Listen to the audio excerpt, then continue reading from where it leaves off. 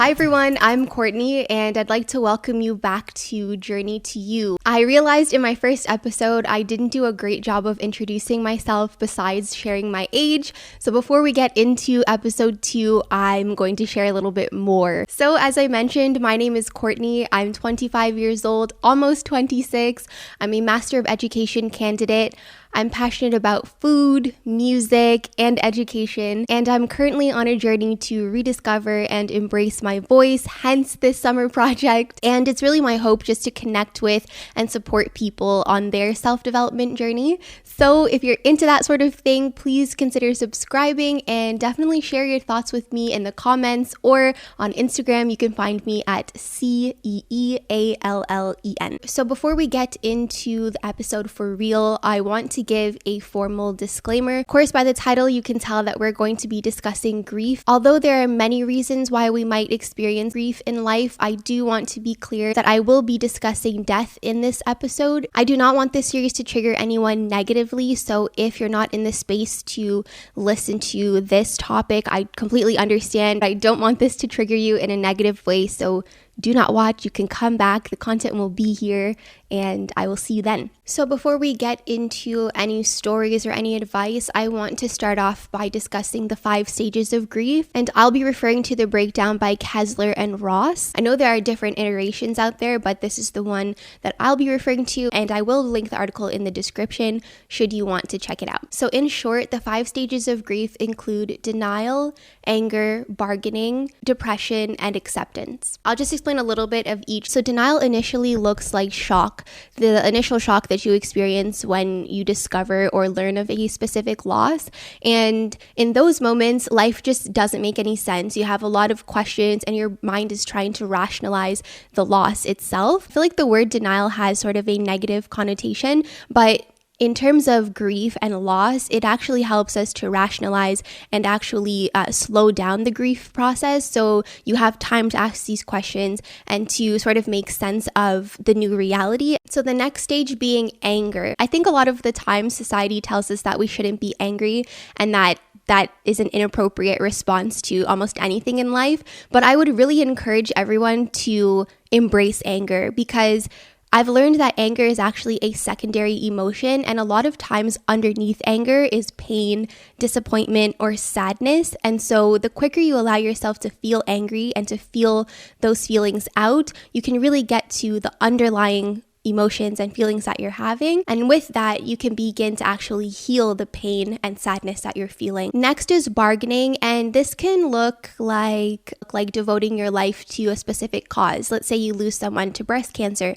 So in order to sort of cope with that loss, and it's not to say that anyone's efforts are not genuine and that they don't actually care, but they are rooted in their personal grief, and there's nothing wrong with that. But the key is understanding that the initial stages of bargaining and what you feel in those moments can sometimes be fleeting, because your emotions are changing constantly when you're first grappling with a specific loss. A lot of the plans or the actions that we attach to these feelings end up being a little bit fleeting, and they might change once the grieving process is complete. And then after that is depression or melancholy or an intense sadness. I would just say that it's more like a situational depression, because you tend to experience a very heavy and deep sadness. I think that helps to differentiate depression from a more surface level type of sadness. It's a very hollow and sometimes isolating experience. You literally have a void that cannot be filled without this person or this thing or this experience, because I'll get into the different ways that grief might look outside of experiencing loss due to death. And the last stage of grief is acceptance. Now, acceptance can get confused, and it says this in the article, but I know from firsthand experience, it can get confused with people having the interpretation that an individual experiencing grief is okay, and that enough time has passed and things are all right, and look, they're going to work again and this and that, and their life seems okay. But in reality, acceptance is really just that. It's accepting the new reality, it's accepting the circumstance, and really just doing your best to continue with, sometimes what feels like a very gaping hole in your life. And for someone like me, who for a long time I held on to potential, and not just in people, but just in life and in my experiences, I would always think to myself, like, if X happened, or if things panned out this way, then this loss could have been avoided, or this circumstance could have been avoided. And that's not the truth. So I can speak from firsthand experience, which I'll try to do as best I can, you guys, because I don't want to speak for other people. The premise of this project is really for me to extract what I've learned from my experiences with the hope that it resonates with other people. So in saying that, up until earlier this year, I struggled with what could have been the case, and it's taken a huge shift in my mindset to deal with what is the actual circumstance as opposed to what could have happened and what might have happened if this happened, because in the end, I think I was really hurting myself and also prolonging, these 5 stages of grief by not practicing acceptance. And I think sometimes for myself as well, I would really feel guilty for having accepted certain losses in my life, because I just felt like if I let go of like that sadness and that disappointment, then I would somehow be like forgetting people that I had lost. Grief is such a layered thing, and I think that it's really sad that a lot of times society doesn't leave room for those stages and for those layers that it requires, like people really have to break it down. A lot of times grief and loss are not things that we can just, process within a week and move on. Like things will circle back when you least expect it, and I just feel like it's sad. I think that as a society, we have to practice some more compassion, because you never know what stage or at what point someone is in their healing journey. It's a very deep and life-changing thing, when I think of it realistically. So the reason I chose to speak about grief in this episode is because in editing episode number 1, I realized that I kept reiterating how grateful I am to be here and to be experiencing all of the growth and the healing that I have. And I realized that is like a direct response to the losses and the grief that I have experienced in the past couple of years. And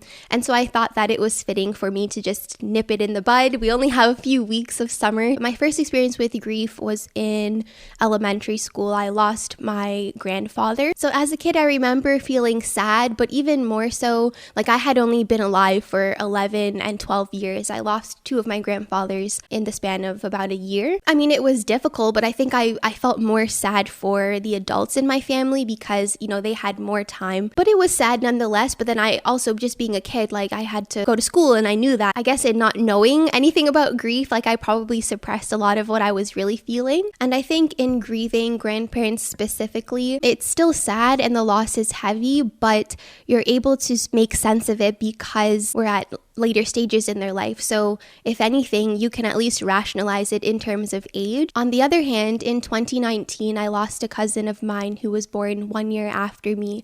And I think that experience is really the reason for me deciding to not live passively anymore. I was actually dealing with another loss leading up to that. And it's funny, this is nothing to worry about, especially to my family who might be watching. I'm okay now. On the day of my cousin's funeral, my ex broke up with me. Out of losing my cousin and having that experience with the breakup, it just taught me that my life is in my hands. And my uncle actually let us know not to worry about anything monetary, but if we wanted to do something in my cousin's memory, we should do something great with our lives. So out of something really sad and really heartbreaking, he put like this fire underneath me, and I said, no more, I just decided, like, even in all of that sadness and all of that heartbreak, that I would take the lead in my life. And it wasn't easy, of course. Like, this is 2 years ago. I've made a lot of progress in these 2 years, but I'm also not done. There's a lot more that I want to do. I miss my cousin all the time. I just feel like a lot of what I do and a lot of why I get things done is because of him. We had almost the same amount of time, and he's not here anymore. I just want to make sure that I do as much as I can with the time that I'm granted. This year, I lost my other grandfather, so I'm very blessed. I have like a really big family, and I grew up with 3 sets of grandparents. That was one of the times where I was doing a lot of rationalizing, and I was thinking, if things had gone down differently, or if like we knew that he wasn't feeling good with some more time or something like that, that things would have panned out differently. But that only kept me stuck for longer. And I wasn't really able to like show up for myself in the way that I would have liked because I was really stuck on what could have been the case. It just felt so isolating, and I felt like people just like didn't understand why I was angry. In not letting myself be angry, it just prolonged that initial grieving process. Take it from me, everyone, like do whatever you can to hold space for yourself. And I think another big thing that grief and loss has taught me is that I will be okay off of my own strength. So as a very hyper independent kid, like I'm used to doing things on my own and figuring things out. But the loss of my cousin is something that to this day, I just can't rationalize. It's very difficult for me. And in knowing that and in knowing how tough of a time I was having during that year, and to still be here in 2021 telling you this story, I know for a fact that I can get through. I can't think of a more difficult time in my life. When things happen now, I just think to myself, like, we've been through worse, Courtney. Like, this is me talking to myself. Like, we've been through worse. We can do this. We'll find a solution. And in the end, things will be okay. Even though things can feel so heavy and so difficult, at the end of the day, we still have life. We still have breath. And every day we have a chance to do things differently. Every day we have a chance to hold space for ourselves. And so I really try not to get too down on myself about things, because I've literally pulled myself out of the trenches, you guys. And I couldn't be more proud. Although the bulk of grief that I've experienced has been due to losing people, there are so many reasons why we might experience grief in life. And I think more recently, people have been experiencing grief and loss for their life prior to everything that's going on now. We can't really just enjoy life without considering a multitude of things. So that's valid. Most times people want to talk about breakups in terms of like intimate relationships, but sometimes you have to break up with people in your family. You have to break up with your friends. And these are all valid reasons for experiencing grief. I also grieve time. I grieve the time that I lost in my very unhealthy relationship. I was so young when I entered it, and it lasted for over 5 years. And that's a big chunk of my 25, almost 26 years of life. My point is that there are a multitude of reasons why we might feel this way, even down to health. I just don't think that there's enough space for people to feel how they feel about just regular, not even regular, but just the changes that come with life. Like, everyone feels like because you're getting older, you should just know better and you should just embrace it off the top. And I don't really think that's realistic. Good with change that happens on my part, change that I initiate, but anything that life just throws at me, I have a hard time with, and that's just the truth. So because of that, I have a lot of compassion for people who are in transitional phases of their life. So now for the advice. I could recommend that you see a therapist, or that you find someone that you trust that you can speak to. I could suggest that you eat better, that you go to the gym, that you just continue doing all of the things that you were doing before a significant loss.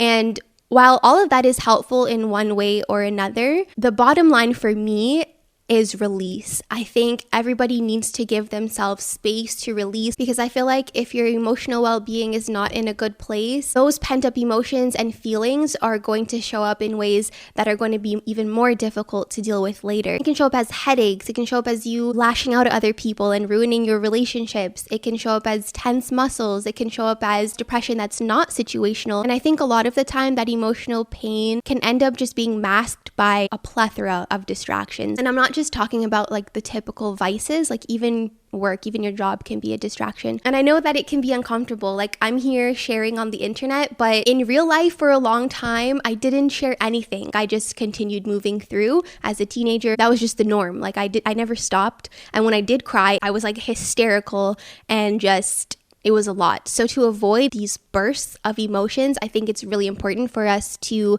give ourselves that space and that time as early as possible and for as long as possible. I'm never going to tell you that you're going to get to a point where you don't experience this loss, where you don't think about, if it's a person, like where you don't think about them or you don't think about the situation. And for me, my huge goals in life are to create peace and balance in my life. But I know for a fact that I can't have those things until I allow myself to go through and feel everything that I'm feeling as a result of these very heartbreaking experiences. I think we have to be able to name them in order to give ourselves any space or any support at all. Again, if none of this resonates, Google ways to handle grief, deal with grief, and I'm sure that you will find something. Lastly, I will just remind everyone to be patient with yourself, whether you're dealing with loss or not. Always show yourself grace. Even if society and people around you don't extend that grace to you, know that it's something that you can cultivate for yourself. Give yourself time, be patient, and know that it does get better. And better doesn't look like one thing or the other. That's going to be completely subjective. For me, it's being able to share my story when for a long time, all I did was cry every day after work. So whatever your better is, keep that vision in the back of your mind as you move through this process. Be gentle with yourself and know that you are worth it. You are worth taking some time out for yourself, you guys. So important. So again, thank you all for listening. I'll see you in the next one. Bye.